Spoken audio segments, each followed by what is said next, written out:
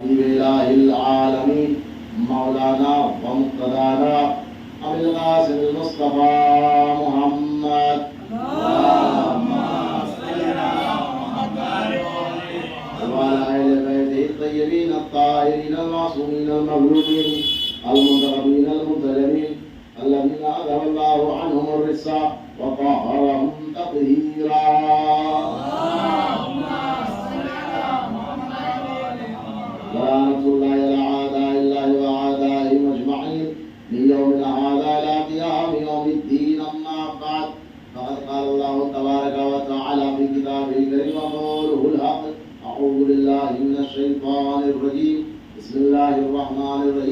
अल्लाहु वलियुल्लज़ीना आमनू युख़रिजुहुम मिनज़-ज़ुलुमाति इलन-नूर वल्लज़ीना कफ़रू अवलियाउहुमुत-ताग़ूत युख़रिजूनहुम मिनन-नूरि इलज़-ज़ुलुमात उलाइका अस्हाबुन-नार हुम फ़ीहा ख़ालिदून। अल्लाहुम्मा सल्लि अला मुहम्मद। खम्सा मजालिस की आज ये चौथी तकरीर और मजलिस है। मौज़ूए तकरीर आपके ज़हनों में महफूज है, विलायत मरकज़े इताअत।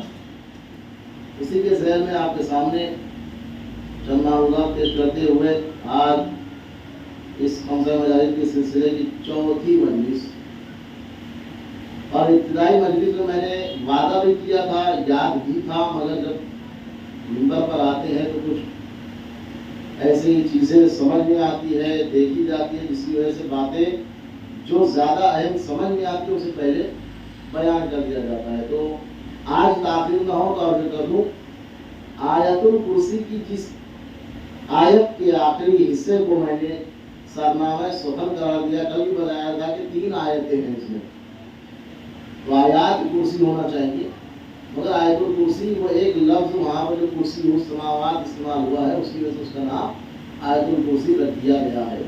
बाबरकत ये आयतुल कुर्सी है। बस चंद बातें हैं इसकी फजीलत के और फायदे के उन्वान से। तो सबसे पहले ये है कि अगर कोई इंसान किसी ज़रर पहुंचाने वाले जानवर की जद में आ जाए तो खुलूस से नीयत से अगर आयतुल कुर्सी का विर्द कर लेता है तो वो दरिंदा उस पर हमला नहीं करता। शर्त ये है, बोलिए ना जरा, खुलूस से नीयत, खुलूस से दिल के साथ उसे तिलावत करो।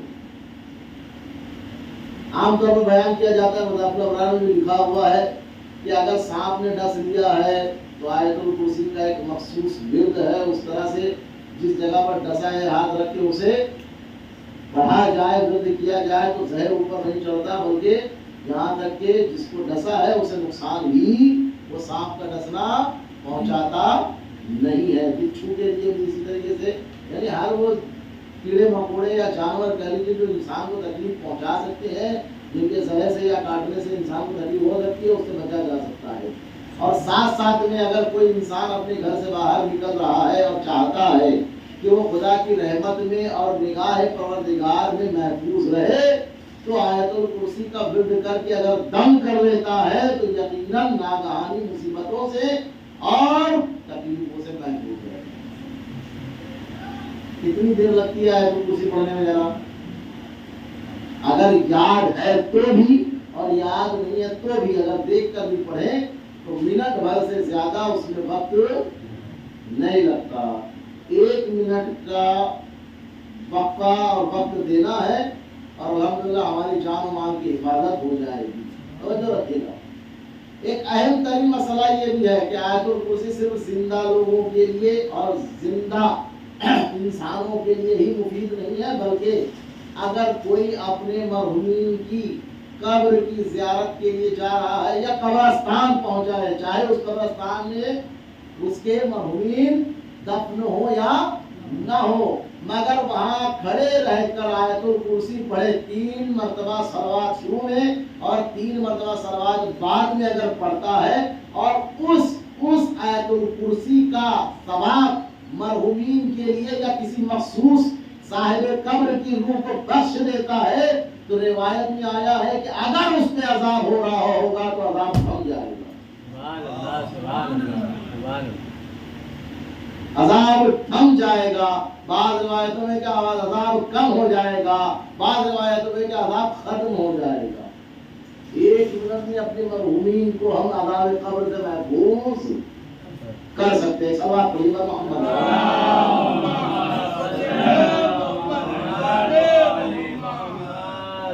जो गुफ्तगू हमारी चली आ रही है विलायत मरकज़े इताअत है, तो आज उसकी चंद बातें तो जरूर जल्दी बयान करता हूँ। उससे पहले एक चीज अर्ज कर दूं, आयतुल कुर्सी के इस फिक्रे को, इस आयत को जो मैंने तिलावत की है, उसकी शुरुआत होती है अल्लाहु वलियुल लज़ीना आमनू। अल्लाह साहिबान ईमान का वली है। वली का क्या मतलब होता है, एक इशारा कर दिया। वली की क्या जिम्मेदारी होती है, खुद आयत बता रही है। और मोमिनों का जब वली बताया जा रहा है कुरान में, तो जाहिर सी बात है जब अल्लाह जैसा वली मौजूद है तो गली गली वाला मौलवी वली को बनाने की और उसे इख्तियार करने की जरूरत नहीं है। तवज्जो कीजिएगा। तो इसमें जो लफ्ज इस्तेमाल हुआ है अल्लाहु वलियुल लज़ीना आमनू, ये बहुत अहम है। साहिबान ईमान, साहिबान ईमान, तो पता चला दुनिया की कामयाबी के लिए भी ईमान चाहिए, दुनिया में भी सरबुलंद होने के लिए ईमान चाहिए, और आखिरत में भी जो चीज काम आएगी ईमान आएगी। एक आलिम दीन का जुमला है जो आप तक पहुंचा रहा हूं। हालांकि आमतौर पे जुमले जो है वो इशारे सवाब की मजलिसों में कहे जाए तो ज्यादा असरअंदाज होंगे, लेकिन जिस तरह से आप सुनते आए हैं मुझे यकीन है कि इस जुमले की भी आप उसी तरीके से हिफाजत करेंगे जो अब तक करते आए हैं। तवज्जो कीजिएगा, साहिबान ईमान के लिए खुदा वली है, तो ईमान की जरूरत और अहमियत जिंदगी में यानी दुनिया में भी है, आखिरत में भी है। और ये ईमान बहुत सी चीजें लेकर आता है, लेकिन सबसे अहम जो चीज लेकर आता है वह है अकीदा। आपने ये तो सुना होगा किसी मौलवी साहब से, आलिम दीन से, जाकिर से, जो शरीयत के अहकाम को जानता है उससे, या बुजुर्गान से सुना होगा कि अगर कोई मरहूम इस दुनिया से चला गया है तो अगर उसके नमाज मुंह से रह गए हो तो क्या करना होता है जनाब? कज़ा करवा ली जाए। अगर उसकी औलाद है तो वो खुद कज़ा कर ले, और अगर वो नहीं कर पा रहे हैं तो पैसा देकर, उजरत देकर अदा करवा ले। इसका मतलब ये हुआ कि जो अमल जिंदा रहते हुए छूट गए हैं, मरने के बाद उसका रिपेयर होना मुमकिन है, उसकी कज़ा मुमकिन है, मगर एक वाहिद जो चीज है इस्लाम की वो है अकीदा। कहीं पर भी आपको किसी मौलवी या किसी भी जाकिर या आलिम दीन ने ये नहीं कहा होगा कि अगर कोई गैर मजहब पे मर गया हो तो आप उसकी याद में मस्जिद बनवा दीजिए, नजात मिल जाएगी। सलाम पढ़िए मोहम्मद।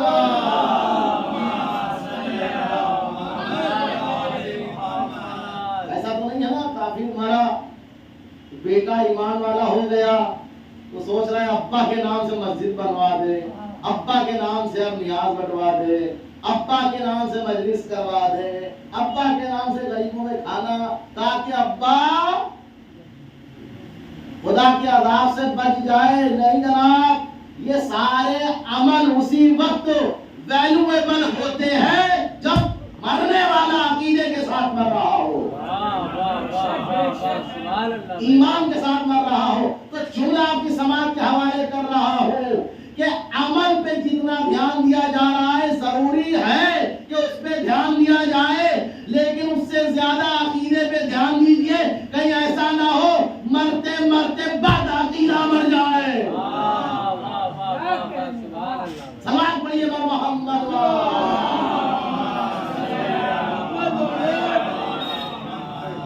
अल्लाहु वलियुल लज़ीना आमनू, पहली शर्त लगा दी कि तुम कम से कम दायरे ईमान में आओ, फिर हम वली हैं। आप ईमान लेकर तो आए, फिर जिम्मेदारी खुदा निभाएगा, गुमराहियों से भी निकालेगा, बदबख्तियों से भी निकालेगा, बुराइयों से भी बचाएगा, अब उसकी जिम्मेदारी हो जाएगी। अब मसला एक मंजर आपके सामने पेश कर रहा हूं, जरा सा महसूस होइएगा। समझिए पूरी दुनिया खत्म हो गई और एक दिन खत्म होनी है, मेरे बोलने से नहीं होने वाला। हाँ, कभी कभी होता है कोई अगर कह देता है समझिए जनाब कि अगर हम मर जाए तो तौबा तौबा तौबा, ऐसा मत कहिए, आपको हमारी भी उम्र लग जाए, अब उसके बोलने नहीं बोलने से उसकी जिंदगी का कोई लेना देना होता है, मतलब ऐसे बोला जाता है। तो आप समझिए कि पूरी दुनिया खत्म हो गई और दुनिया के तमाम इंसान महशर में आखिरत में खुदा की बारगाह में हाजिर है। अब खुदा ने फरिश्तों की ड्यूटी लगा दी है, कहा जाओ जरा सवाल जवाब करो, इनसे हिसाब किताब करो, देखो कि ये चाहते क्या है। हर मरने वाला चाहे जैसे भी करतूत करके गया हो, मरने के बाद सोचता है जन्नत उसी को मिले, बड़ी से बड़ी ऊंची से ऊंची जगह जन्नत में उसको नसीब हो जाए। फरिश्ते आए, सब के सब खड़े हुए हैं। आज मैं सिर्फ एक मंजर के एतबार से उम्मत मुस्लिमा का नाम ले रहा हूँ। उम्मत मुस्लिमा में फिरके इतने ज्यादा हो गए कि अब समझ में नहीं आ रहा है, ऐसा नहीं हमें नहीं समझ में आ रहा है, ये दूसरों के एतबार से जुमला कह रहा हूँ, ये समझ ही में नहीं आ रहा है कि इससे पहले सही थे कि अब सही है। और जिन्होंने सही सही कह के न जाने कितनी बातें मानी है, वो भी कंफ्यूज है कि हो क्या रहा है। तो उम्मत मुस्लिमा मौजूद एक ग्रुप वो है जो अली का चाहने वाला है, मोहब्बत अहले बैत रखने वाला है, शिया अहले बैत है, शिया अली है, हुसैनी है, अज़ादार है, वफादार है, इताअतगुज़ार है। और एक ग्रुप वो है जो अहले बैत का मानने वाला नहीं है, मुनकिर है, मुनाफिक है। तो दो ग्रुप है। फरिश्ते जाते हैं उस वाले ग्रुप की तरफ जो अली के चाहने वाले नहीं है और जाके पूछते हैं जनाब आप सब आए हो तो क्या चाहते हो। मंजर आपके सामने रख रहा हूं, जरा सा तवज्जो सुनिएगा। फरिश्ते ने पूछा चाहते क्या हो। हम चाहते हैं कि जन्नत में जगह मिल जाए। मेरी इतनी बड़ी दाढ़ी नहीं है, लेकिन फिर मैंने थोड़ा सा कोशिश किया कि आपका घर वहां तक पहुंचे। हाँ, तो क्या है, हम चाहते हैं कि हम भी जन्नत। अच्छा अच्छा, और आपका हम भी, आपका हम भी। तो वो गुरु जो अली का चाहने वाला नहीं था, शिया अहले बैत नहीं था, मुहिब्ब अहले बैत नहीं था, उसने जवाब दिया हम जन्नत में जाना चाहते हैं। कहा जन्नत में जाने के लिए क्या लाए हो। जन्नत में जाने के लिए क्या लाए हो। कहा नमाज लाए हैं, रोजा लाए हैं, ज़कात लाए हैं, कुर्बानी लाए हैं, इसका भी लाए हैं, उसका भी लाए हैं। बदला अपनी तरफ से लगा लीजिएगा। सलमान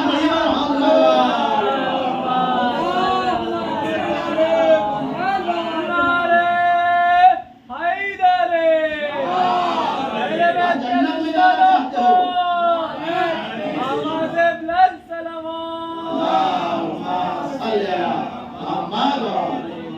जन्नत में जाना चाहते हो, क्या लाए हो। नमाज लाए है, रोजा लाए है। अगर देखता हूँ कि इस पद्मा नगर के इस इमाम बाड़े के अंदर शरीक होने वाले, शामिल होने वाले, हाजिर होने वाले मोमिनीन और अज़ादार का ज़हन कितनी जल्दी तारीख के उस गोशे की तरफ पहुंचेगा जो मैं आपके सामने बयान करने वाला हूँ। क्या जन्नत में जाना चाहते हो, क्या लाए हो। क्या नमाज है, रोजा है, सारी चीजें हैं, सब लेकर आए हैं।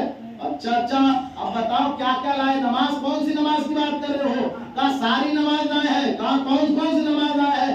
अमा हमने सुबह की वो नमाज भी लाई है जो 2 की जगह 4 पढ़ी है।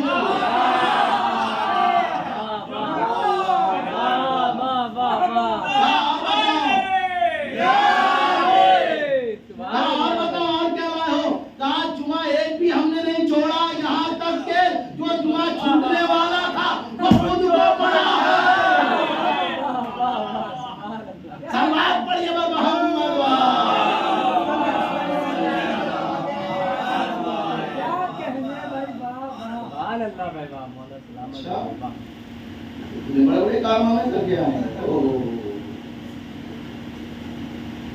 काफी अच्छा इंतजाम करके आए हैं। हाँ, लेकिन ये काफी नहीं। पता चला जिन्हें कुरान काफी था उनके लिए काफी। या अल्लाह या अल्लाह। फरिश्तों ने क्या कहा? ये काफी नहीं है। तो अभी क्या चाहिए? आप तो जाहिर सी बात है धड़कनें तेज हो गई है।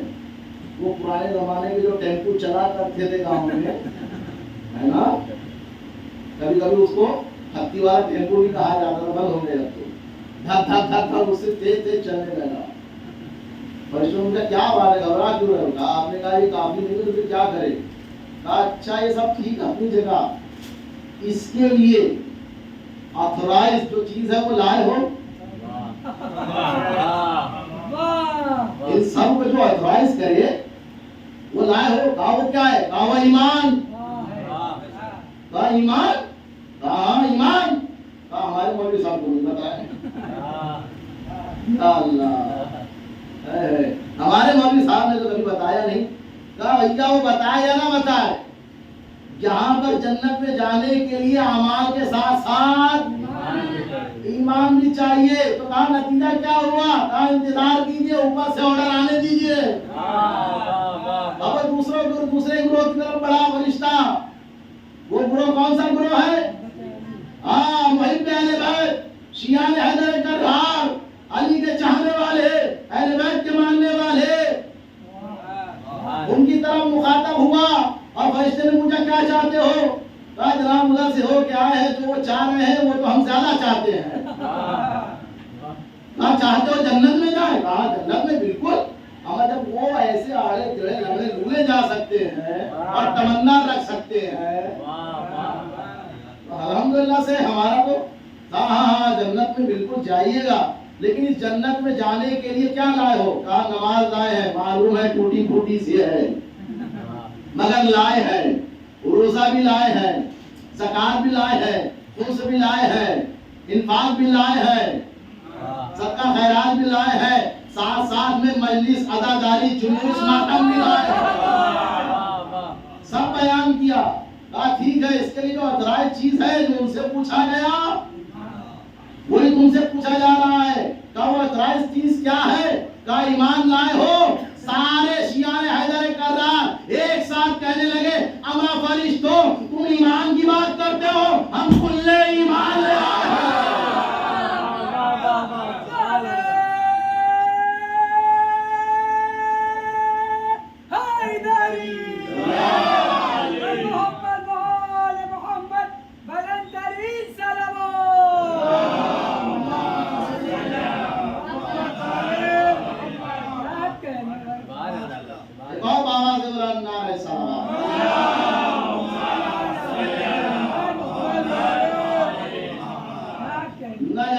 न जाने किस जोन में, किस बेख्याली में जी रहे हैं और वक्त गुजार रहे हैं। और अजीब मामला है इनका, सब जान रहे हैं, देख रहे हैं, समझ रहे हैं। सिर्फ यही नहीं, इन्होंने जिनको अपना बड़ा, बहुत बड़ा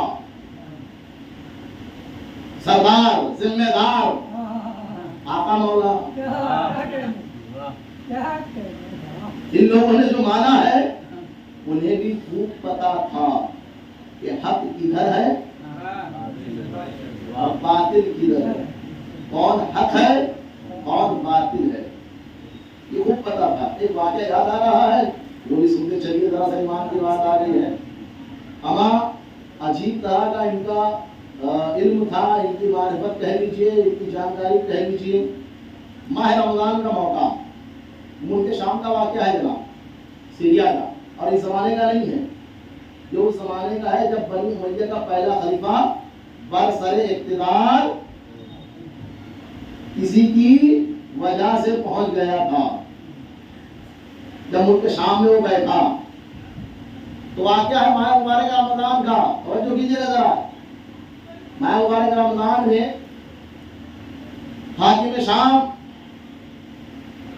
हमारे नाना, रिश्ते के नाना है, वो शायर है। एक मरतबा मैंने अमीर शाम कह दिया था, तो नीचे से उन्होंने रुकमा दिया था और कहा था अमीर शाम ना कहो, फकीर शाम कहो। इसलिए कि अमीर होना उसे जेब देता है जिसके सदके में कायनात खल्क हुई हो। दूसरों का लूट के अमीर बना तो क्या बना। मोहम्मद वाले मोहम्मद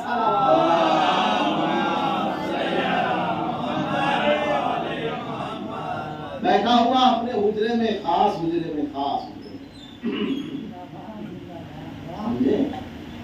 हाँ, बैठ के माह मुबारक रमजान में दोपहर में लंच कर रहे थे जनाब। तो जो खाना खा रहे थे।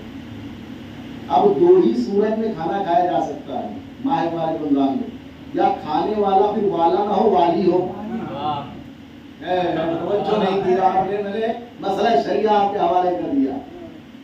या फिर बीमार हो, ज़ईफ हो, या मुसाफिर हो, मगर जनाब आली अपने ही हुजरे में जब मौजूद है तो मुसाफिर तो है नहीं।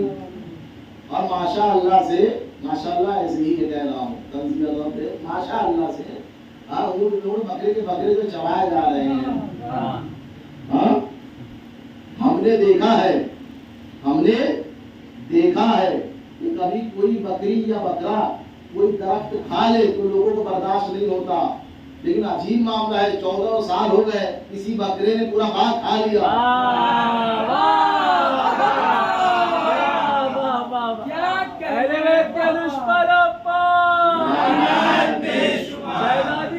छीनने वालों पर, शहजादी के कातिलों पर, बाबा से बुलंद पंजतनी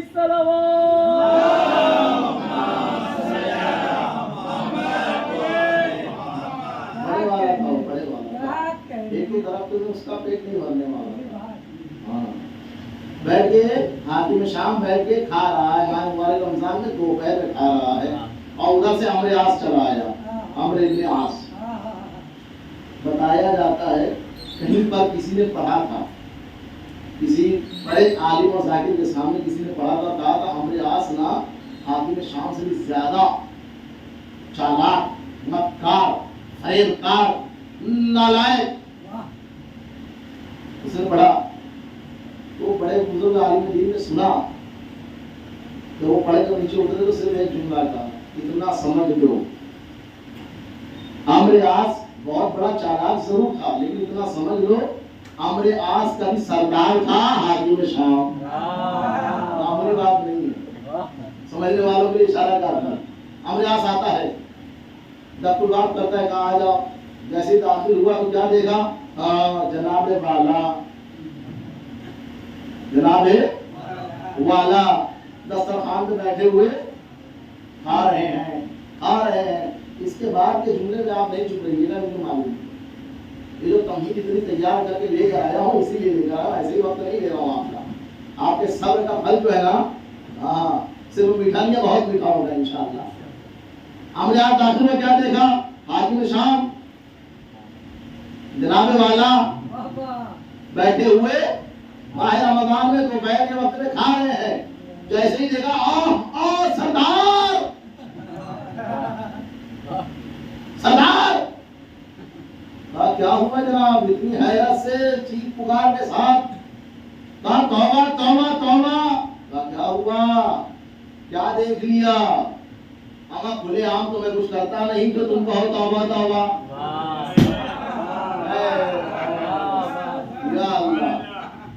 कहा नहीं नहीं जनाब, माह मुबारक रमजान है और आप खाना खा रहे हैं। अच्छा माह मुबारक रमजान है, मैं खाना खा रहा हूँ, तो इसका ताल्लुक क्या है। कहा माह रमजान में रोजा रखा जाता है। तो पता चला, बोलिए ना, अंधों में वो वाला मामला है ना। तो इसलिए याद दिलाया, आप खलीफे वक्त है, आखिर शाम है, माह मुबारक रमजान है। कोई देख लेगा तो क्या कहेगा। आप माह रमजान में खाना खा रहे हैं, एक काम करो तुम भी बैठ के खा लो। या अल्लाह, आओ। कहा नहीं नहीं नहीं नहीं नहीं। कहा क्यों। कहा नहीं मैं नहीं खा सकता। अरे आप क्यों नहीं खा सकते हो। कहा मैंने रोजा रखा है। कहा तुमने रोजा रखा है। हाँ रोजा रखा है। कहा रोजा क्यों रखे हो। रोजा इसलिए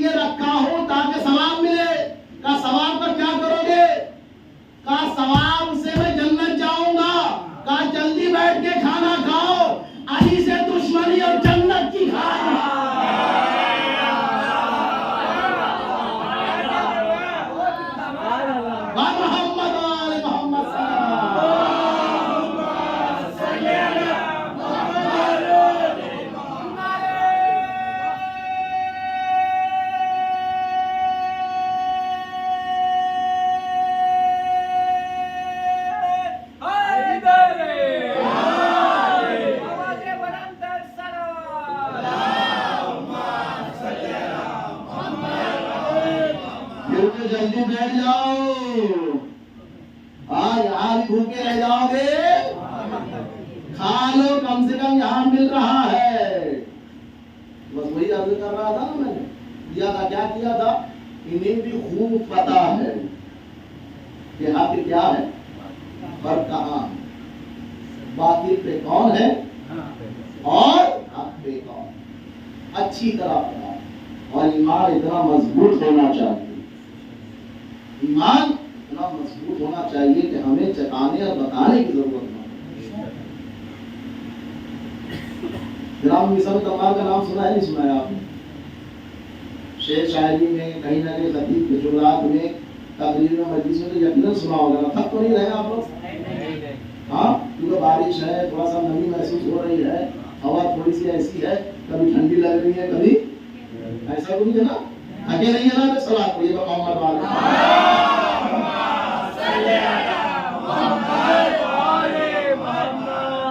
जनाब मीसम तम्मार मौलाए कायनात के शागिर्द और सहाबी बने हैं कब? सवाल है। जब मौलाए कायनात की ज़ाहिरी हुकूमत और खिलाफत कूफा मुंतकिल हुई है, हम कूफे पहुंचे हैं, तो एक बहुत बड़ी तारीख है। असल में आमतौर पर मिंबर पे ऐसा मौका मिलता ही नहीं है। कुछ मजमा सुनने को नहीं चाहता, कुछ हालात ऐसे होते हैं। हाँ, अभी जहाँ पर भी अशरा तय होता है, मेरे साथ जो हुआ है वो अर्ज कर रहा हूँ, और तंज भी नहीं है, भाई लोग कुछ ऐसा कहना नहीं, अर्ज कर रहा हूँ। अगर पढ़ने के लिए तय होता है कि अशरा पढ़ना है मौलाना फला जगह पर, तब मौलाना यहाँ पर ना जरा वो वाला जरा अशरा में चलता है, पहले ही बता दिया। अब हम तैयारी करके जाए तो वही बड़ा क्यों, क्योंकि वहां पर बैठे बैठे सर्टिफिकेट मिलने लगता है ना, नहीं चलेंगे, नहीं चलेंगे, अच्छा नहीं लगा। अशरा चलना चाहिए, चाहे उससे फायदा हो या ना हो। एक बहुत बड़ा आलमिया है, दर्द की बात है, दुख की बात है। अशरा उला का फजीला होना चाहिए, तबराई अंदाज होना चाहिए, मौलाई मिलना होता है, ऐसा नहीं है जनाब। इसलिए कि कुरान हमारे लिए बहुत बड़ा फॉर्मेट है। अहले बैत अलैहिस्सलाम हमारे लिए जो रहबर है, उन्होंने बताया है कब, कहाँ, कितना, कैसा, क्या बोला चाहे, उसके अलावा की जरूरत नहीं है। बहरहाल शुक्रिया कि फिर भी आप याद दिला देते हैं और मौजू बता देते हैं, अच्छा लगता है, कम से कम बेदार है इसी उन्वान से। तो जनाब मीसम तम्मार मौलाए कायनात की खिदमत गुजारी के लिए कूफा में आए, और मौलाए कायनात की ज़ाहिर खिलाफत और हुकूमत का जो वक्त लगा है 4 साल 6 महीना समझी, 4 महीना 4 साल 6 महीना, 4.5 साल से ज्यादा का वक्त नहीं है। और इसमें क्या क्या नहीं हुआ, कभी मौका मिला आपने याद किया खिदमत के लिए, यकीन बयान करूंगा। तो 4 साल की शागिर्दी इख्तियार की है जनाब मीसम तम्मार ने। कितने साल? 4 साल की खिदमत, सहाबियत, शागिर्दी इख्तियार की है मौलाए कायनात की, किसने? मीसम तम्मार ने। अब तो वाक़या है, जरा सुनिएगा, याद रखिएगा। मुल्क शाम से, सीरिया से, मुल्क शाम से उस जमाने में कोई कूफा आता है, एक शख्स आता है कूफा, और कूफा आके सीधा बाजार कूफा चला जाता है, क्योंकि आमतौर पर ना बाजार से पहले एड्रेस ज्यादा मिला करते थे। और आजकल भी अगर आप देखो, कोई अगर ज्यादा इंफॉर्मेशन डीपली निकालनी हो, किसी के बारे में जासूसी करनी हो, तो आमतौर पर ठेले वालों से, दुकान वालों से, रेडी वालों से पूछा जाता है, इसको आते जाते देखा है आपने, इसको पहचानता? आमतौर पर ऐसे ही होता है, कोई बात करके दरवाजे में धूल हाजिर हो जाता है। तो बाजार में पहुंचता है, और पहुंचने के बाद कहता है यहाँ पर मुसलमानों के कोई खलीफा है, मुझे उनसे मिलना है, कहाँ मिलेंगे? अब बाजार में हर एक अली वाला थोड़ी ना था, बाजार कूफा में हर एक अली वाला नहीं था। जब पूछा उसने किसी से, तो कहा हमें नहीं पता, आगे पूछ लो। वो आगे बढ़ा, उनसे दरियाफ्त किया, कहा हमें नहीं पता, आगे पूछ लो। 2-3 हजरात तक पहुंचा, अफराद तक पहुंचा। आखिरी वाले ने थोड़ा सा उसके दिल को ठंडक पहुंचाई, आगे बढ़ने नहीं कहा, वो जो खजूर बेच रहा है उससे पूछ लो।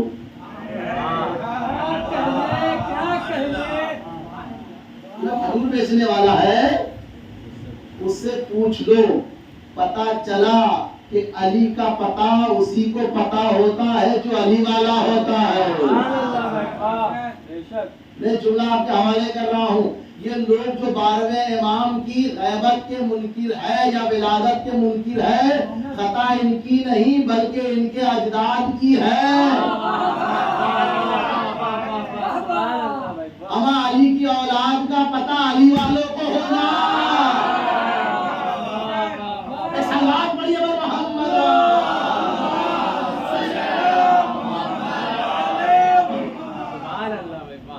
एक काम करो, वो तो खजूर बेचना, हमारे मतलब का खजूर बेचने वाला, ठीक है, कहा उसके पास चले जाओ, उसे पता होगा। इसे थोड़ा अच्छा लगा कि मुझे टाइम भी मेरा पास हो रहा था, खैर बहरहाल एक ठिकाना तो मिला।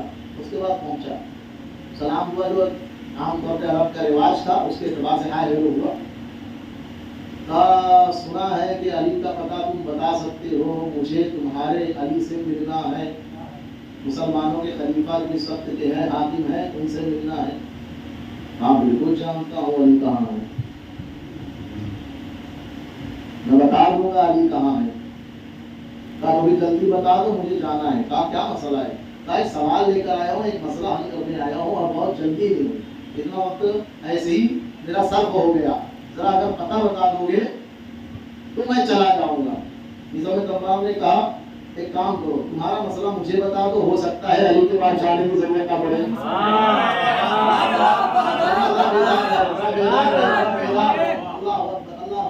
कहा तुम्हारा मसला मुझे बता दो। कहा नहीं पूछूंगा तो सिर्फ अली से। कहा बता दो। कहा पूछूंगा तो अली से। कहा बता दो। इसने भी सोचा जब पूरे बाजार में किसी ने अली का पता नहीं बताया तो एक ने इसका पता बताया और ये कह रहा है अली को जानता है, तो यकीनन ये आम इंसान है नहीं। चलो ये इतना दावा कर रहा है, इससे पूछ लेते हैं, इससे पूछ लेते हैं। कहा मैंने सुना है जब मुल्क शाम में रहता था और वहीं से आया हूँ तो मैंने सुन रखा है कि अली के पास ऐसा कमाल है कि अगर अली दीवार की तरफ इशारा कर दे तो दीवार सोने की हो जाती है। बेदार हो के सुनिए, बड़ी मेहनत से आपके सामने जुमला हवाले कर रहा हूँ, तवज्जो कीजिएगा। मैंने सुना है कि तुम्हारे इमाम, तुम्हारे खलीफा, तुम्हारे मौला अगर दीवार की तरफ इशारा कर दे तो दीवार सोने की हो जाती है। इतना कहना था, मिसम तम्मार ने दीवार की तरफ रुख किया और सवाल किया, क्या ये जो कह रहा है ऐसा ही है?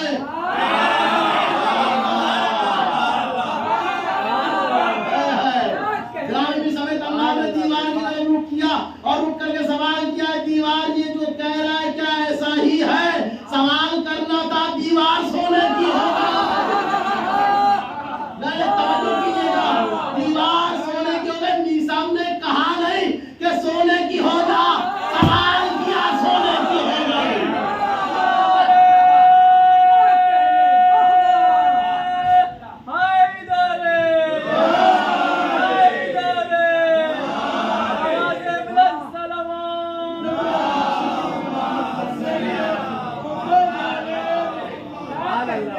सवाल किया, दीवार सोने की हो गई। आने वाला पलट के जाने लगा। समय तमाम ने रोका, चलना नहीं है अली के पास। या अल्लाह, समय तमाम ने बाजू थाम लिया, कहाँ जा रहे हो? अरे अली से मिलना था, चलो अली से मिला दूं। अमा जब अली के गुलाम में इतना असर है, समाज पढ़िए मोहम्मद।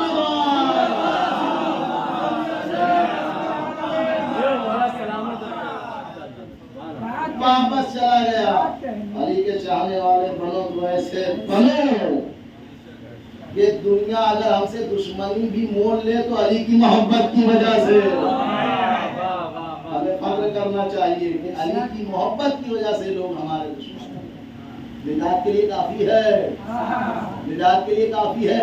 यही वजह है कि जनाब मिसम तम्मार से जब कहा गया कि अली की मोहब्बत को छोड़ दो, कहा दुनिया छोड़ दूंगा।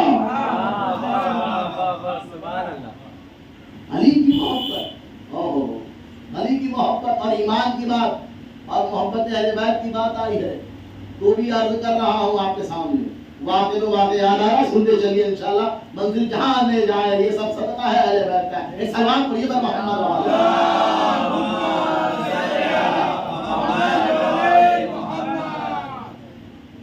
वाकया कुछ इस तरह से है, थोड़ा सा आहिस्तगी से वाकया है, छोटा सा, हमारे समझों को जिंदा करने के लिए। और जो गिला शिकवा हमारे जबानों में रहता है, हर एक कहता फिरता है।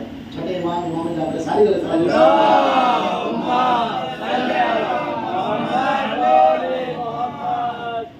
छठे इमाम की खिदमत में इमाम का सहाबी आता है और आके इमाम से कहता है, आका मैं बहुत गरीब और मोहताज हूँ, मेरे पास कुछ भी नहीं है। सही कह रहे हो, तुम्हारे पास कुछ भी नहीं है।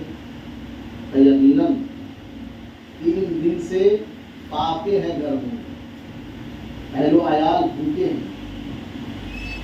जब देखा ना गया तो आपके पास आ गए। क्या चाहते हो? तो अगर कुछ मदद हो जाएगी तो मैं अपने अहले खाना का पेट भर सकता हूँ। चक्की, जो तुम चाहते हो वो तुम्हें मिल जाएगा, बदले में जो मैं चाहूँ मुझे दो। आगे सोचने लगा, मामा है ही नहीं कुछ घर में, और इमाम उसे गए हैं कि तो तुम चाहते हो वो तुम्हें मिल जाएगा, बदले में मुझे कुछ चाहिए तुमसे, वो तुम दोगे। हैरान था, नहीं मेरे पास कुछ बचा ही नहीं, ये फटे पुराने पोसीदा पैदल लगे हुए कपड़ों के अलावा बदन पे कुछ और भी है, दोगे? वादा करो। आता है ही नहीं। फिर सवाल किया इमाम, मैं कहूँगा जरा सा ठहर जाता, मासूम कह रहे हैं, थोड़ा ठहर जाता, गौर कर लेता कि जब मासूम एक के बाद दूसरी मर्तबा तीसरी मर्तबा सवाल करे तो यकीनन कोई बात है। अमा इस मासूम की जद्दे माजिदा, अगर ये सिर्फ कह दे कि कल दर्जी कपड़े लेकर आएगा,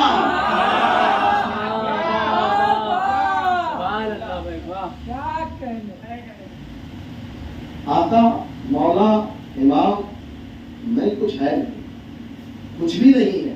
इमाम ने कहा मैं बता दूं? तो आप सब जानते हैं, आप भी बता दीजिए। कहा ये रही अशरफियों की थैली, मेरे साथ रहिएगा, जुमला आपके हवाले कर रहा हूँ, हमारे समीरों को बेदार करने के लिए जुमला और वाक़या है। कहा ये रही अशरफी की थैली, कहा ये अशरफी की थैली आप दे तो रहे, आपने कहा था बदले में कुछ आप मुझसे चाह रहे हैं, तो बताइए कि आपको क्या चाहिए आका मौला मेरे इमाम, बताइए। कहा ये अशरफियों की थैली ले लो और वो मोहब्बत जो तुम्हारे दिल में हमारी है वो दे दो। कहा आका ये अशरफियों की थैलियां आपको तुम्हारा, मैं भूखे मर जाऊंगा।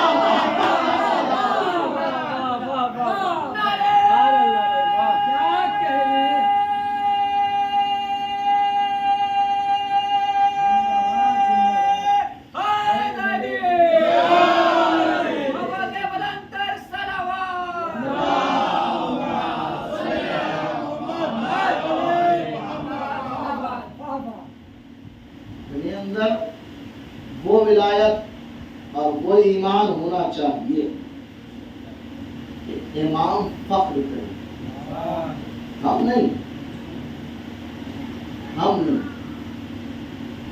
इमाम कहे हाँ ये हमारा है, बार हमें कहने की जरूरत न पड़े।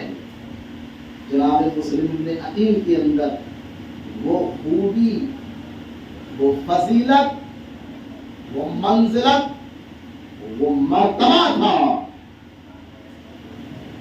क़यामत तक ऐसी मिस्लो नज़ीर जनाब मुस्लिम ने अकीम की तरह नहीं मिल सकती। दूसरी हदीस में मैंने कहा था, जनाब मुस्लिम ने अकीम के वाक़े से एक एतराज़ होता है या हमारे जवानों को बहकाया जाता है या हम पर इरिटेशन होता है, इसका मैं जवाब दूंगा।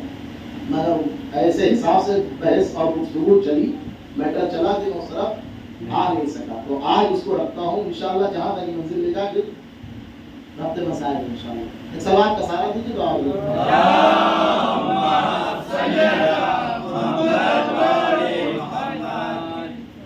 विलायत मरकज़े ताज, विलायत मरकज़े ताज।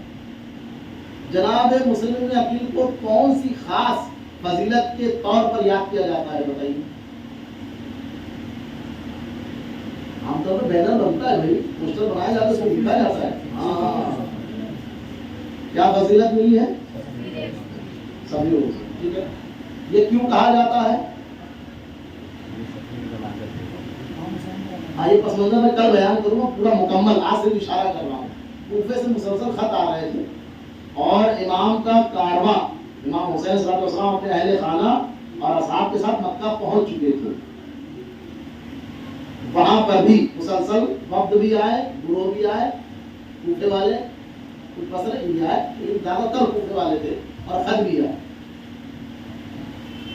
और ये इल्तिजा कर रहे थे कि आप कम से कम फिर से दोबारा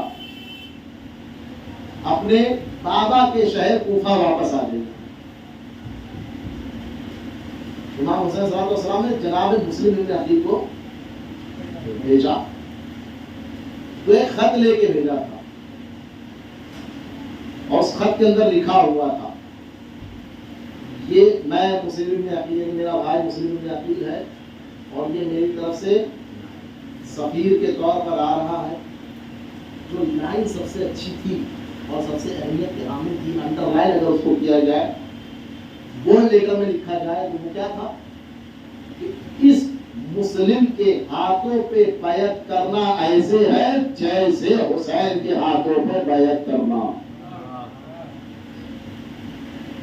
मामूली बात नहीं है। क्या लिखा हुआ है? मुस्लिम के हाथों पर बैत करना ऐसे है जैसे हुसैन के हाथों पर बैत की हो। अब आप बताइए, इमाम हुसैन मासूम है, जनाब मुस्लिम मासूम है या नहीं? जनाब मुस्लिम, जनाब सोचिए, नहीं है, मुस्लिम वाली बात नहीं है। जनाब मुस्लिम इब्न अकील मासूम नहीं है, ठीक है। क्या यह मुमकिन है एक गैर मासूम की बैत मासूम की बैत के बराबर हो जाए? कमेंट कर रहा हूं आपके सामने।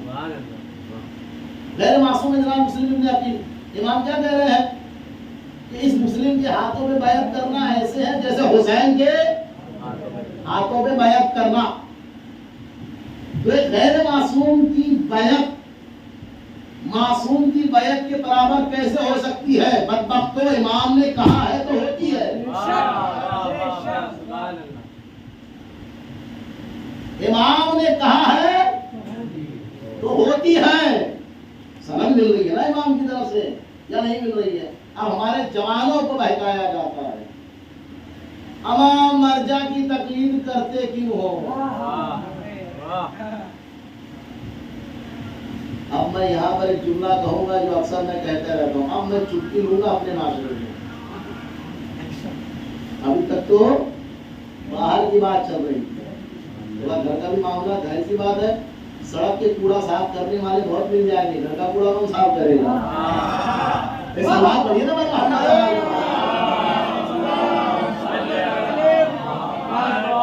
कोई गैर आके साफ करे तो ये तो और बुरी बात है। घर वाला ही साफ कर ले तो इज्जत मिल जाएगी। क्या कहते हैं? अब आप मर्जा की तकलीफ क्यों करते हो? मर्जा की तकलीफ नहीं करना है। सरकार शरीयत आप ही से ले लेते हैं, क्यों नहीं करना है? जरा सुनिएगा, चौथी मजलिस है और है ये सारी मजलिसों के निचोड़ आज की और कल की मजलिस में मिलेंगे आपको। सारी बहस को मैं कनेक्ट करूंगा, जिंदगी से मिलाऊंगा। जो मैंने मौजूद रखा यूं ही नहीं रखा था, अब पहले दिन भी बोल सकता था मैं, मगर उसके लिए जहन आमादा करना जरूरी था। सरकार आपने कहा मर्जा की तकलीफ करते क्यों है? ठीक है, हम करते हैं, लेकिन आप कह रहे हैं कि क्यों करते हैं, नहीं करना चाहिए। क्यों नहीं करना चाहिए? काम मर्जा मासूम नहीं है।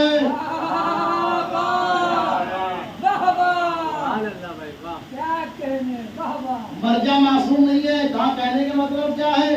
कहा तकलीद करनी है तो मासूम की करनी चाहिए, गैर मासूम की तकलीद नहीं होती। नाम लिया नहीं किया मैंने, वाक़या पेश किया नहीं किया मैंने। अच्छा, हमने कहा नहीं ऐसा नहीं है, गैर मासूम की तकलीद हो सकती है और करनी चाहिए। तो आप कोई बात बताइए। जब हमने जनाब मुस्लिम ने अकील का नाम रखा तो क्या कहा? अरे वो तो मासूम जिंदा थे। उन मासूम ने अपनी जिंदगी में अब अजीब बात करते हो। एक तरफ तो कहते हो कि हम जिंदा इमाम के मानने वाले हैं,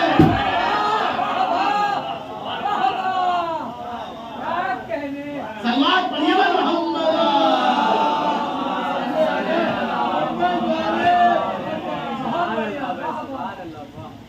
ये एक ही बात में आपने बता दिया किधर से आए हो। और एक बात कहूंगा आपके सामने, ये बहुत बड़ी चुटकी लेने जा रहा हूं मैं।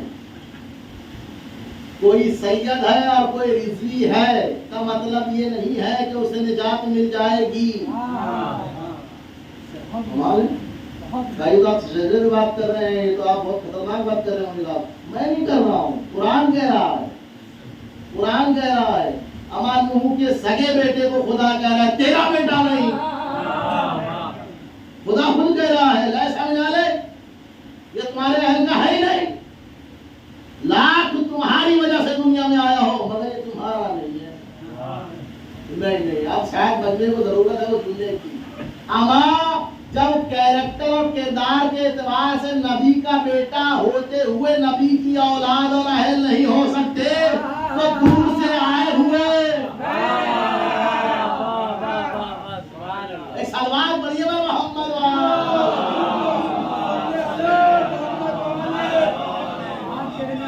आज थोड़ा सा वक्त ज्यादा ले रहा हूँ, कोई 5 मिनट ज्यादा नहीं दे रहा, कोई बात नहीं। अगर आपको जरूरत हो खड़ी देखनी तो मैं दिखा देता हूँ। मोहम्मद वाले मोहम्मद सल्लल्लाहु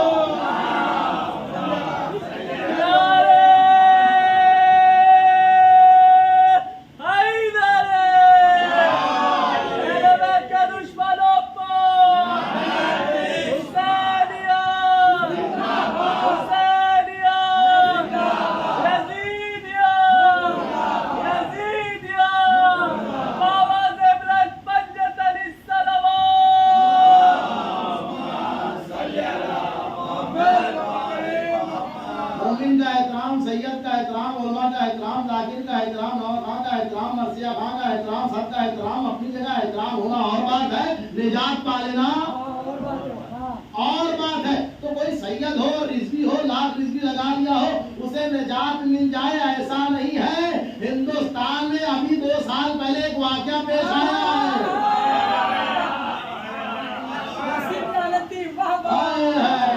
अभी 2 साल पहले एक वाकया पेश आया है। सिर्फ कुरान की 26 आयतों को बदलने की बात की तो अल्लाह ने मजहब भी बदल दिया, नाम भी बदल दिया। और जुमला आपके हवाले कर रहा हूं, सिर्फ बदला नहीं लापता कर दिया। मोहम्मद वाले मोहम्मद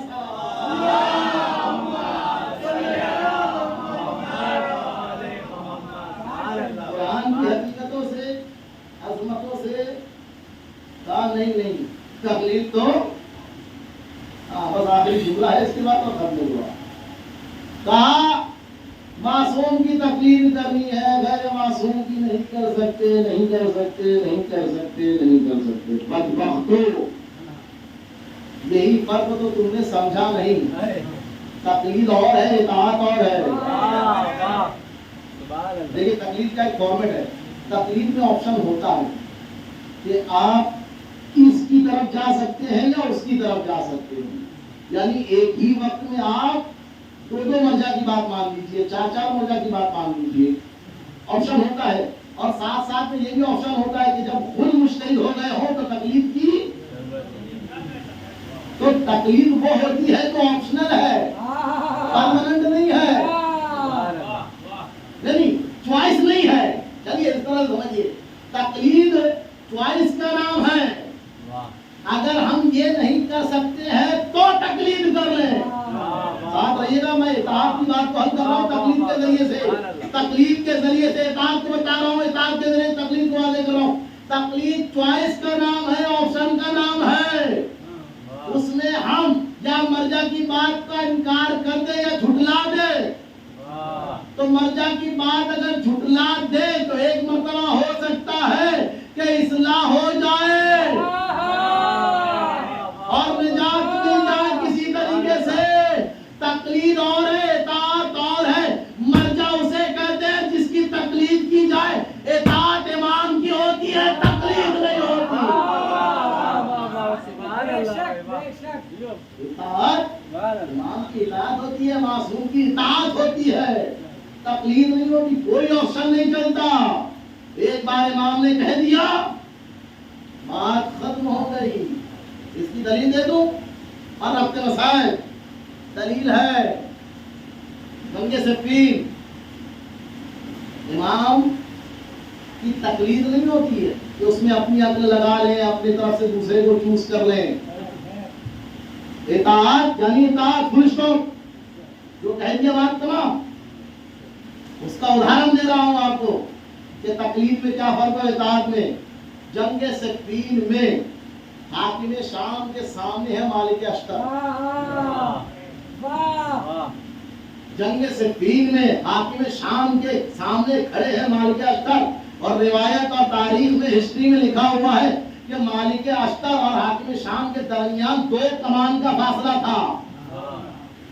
2 कमान का मतलब कितना हो गया? 3 मीटर, इससे ज्यादा नहीं। 3 मीटर के फासले पे है। इमाम का हुक्म आया, मालिक वापस चले आओ।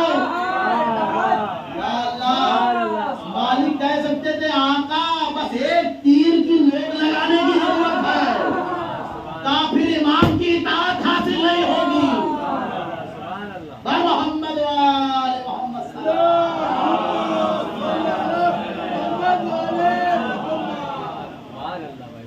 अगर मालिक हाकिम शाम की गर्दन पे तीर रख भी दिए होते फिर वो मालिक नहीं जो अली की बात ना माने, फिर वो इताअत ही नहीं है। इताअत ही तो थी जो करबला वालों को औरों से अलग और जुदा करती है। इताअत ही थी। आज इरादा है जनाब मौलाना अब्बास की मसाइल करबला की तारीख से उठा के आपके सामने बयान करूं। कलेजा और ताकत कितनी साथ देती रहेगी इंशाअल्लाह बयान करूं। क्या इताअत की है मौलाना अब्बास ने, वो मिस्र नज़ीर हमें कायनात में दोबारा ना देखने मिलेगा, ना सुनने मिलेगा। हाय सरकार अबू फजल अब्बास। मदीने से जब 28 रजब को निकल रहे थे और खलीद के दरबार में जो गुस्ताखी इमाम हुसैन के साथ हुई थी, मौलाना अब्बास आए थे इताअत दरबार में जब आए और तलवार के दस्ते पर हाथ देकर तलवार निकालना ही चाह रहे थे तो इमाम हुसैन ने मौलाना अब्बास के हाथों में हाथ रख के कह दिया, अब्बास ये करबला नहीं है।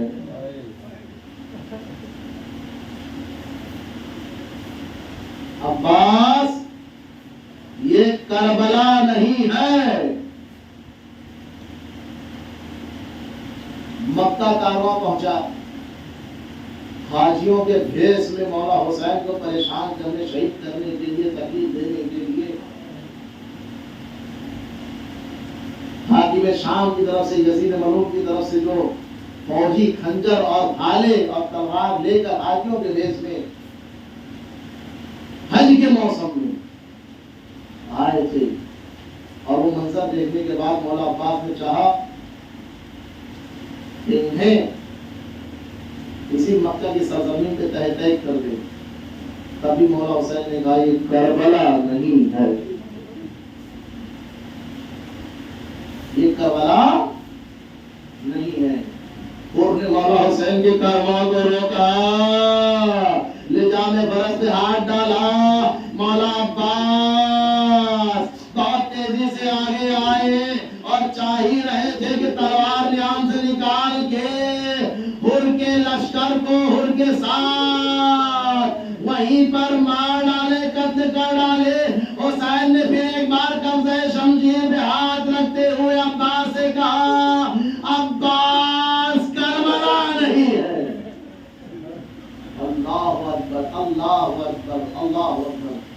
अब ये कारवां करबला पहुंचा, 2 मुहर्रम को पहुंचा। 4 मुहर्रम को खैमे हटा दिए गए, पानी बंद कर दिया गया। 7 मुहर्रम से ख्याल हुसैनी में पानी नहीं है। अल्लाहु अकबर।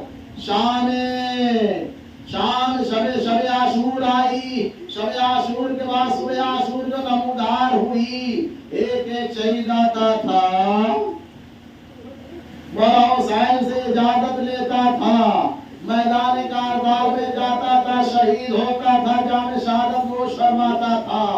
एक सिपाही जाता रहा, शहीद होता रहा। आखिर में वो मंजर भी और वो मंजिल भी आई कि मौला अब्बास अपने भाई मौला हुसैन की खिदमत में आते हैं तो जानू बैठ जाते और कहते आता अल्लाह वज़ादार जरा एहसास करके इन जुमलों को सुनिएगा, तब कहीं आंखों में अश्क आएंगे और ये अश्क यकीनन हमारी निजात के लिए काफी होंगे। अल्लाहु अकबर। मौला अब्बास इमाम हुसैन के सामने तो जानू होकर बैठ गए, कहने लगे आका अब्बास को मिलन की इजाजत दे दे। अल्लाहु अकबर, अल्लाहु अकबर। मौला हुसैन ने कहा मेरे भैया, अरे तुम तो मेरे लश्कर के आलमबरदार हो।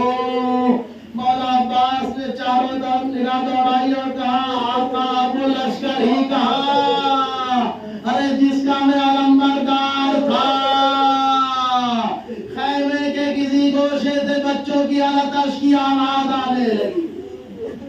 मौला हुसैन ने कहा अब्बास सुनते हो? कहा बच्चों के हाय प्यास, हाय प्यास। आलतश की आवाज आ रही है। कहा अब्बास बच्चों के लिए पानी की सवेल करते जाओ। अल्लाहु अकबर।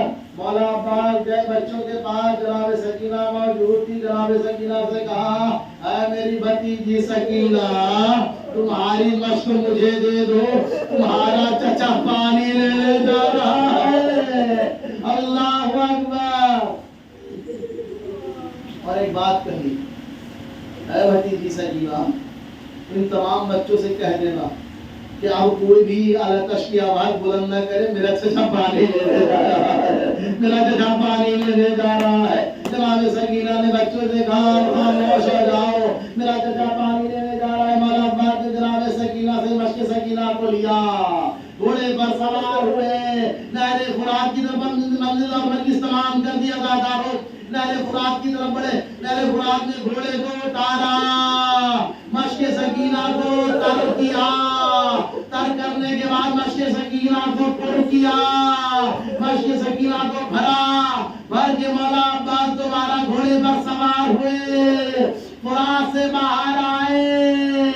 अब जो हमारे साथ ने देखा, लश्कर को कहा हमला करो, अगर ये पानी खैमा हुसैनी तक पहुंच गया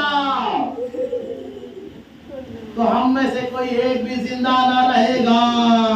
चारों तरफ से मौला अब्बास को घेर लिया गया और मुला ने मश्क सकीना का निशाना लिया, सनसनाता हुआ कि मश्क सकीना पर लगा। मौला अब्बास ने घोड़े का रुख फुरात की तरफ कर दिया। मैं कहूंगा अपने आप ने घोड़े को फुरात की सिमत की मोड़ दिया। अजब नहीं मौला अब्बास के, अरे चचा अपनी भतीजी से शर्मिंदा है, मैंने वादा किया था सकीना तेरा चचा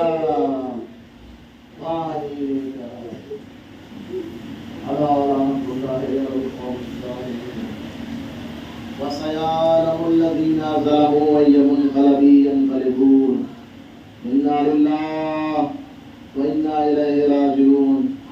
रिज़म बे क़ज़ाई व तस्लीमन लिअम्रिhi। मातम हुसैन।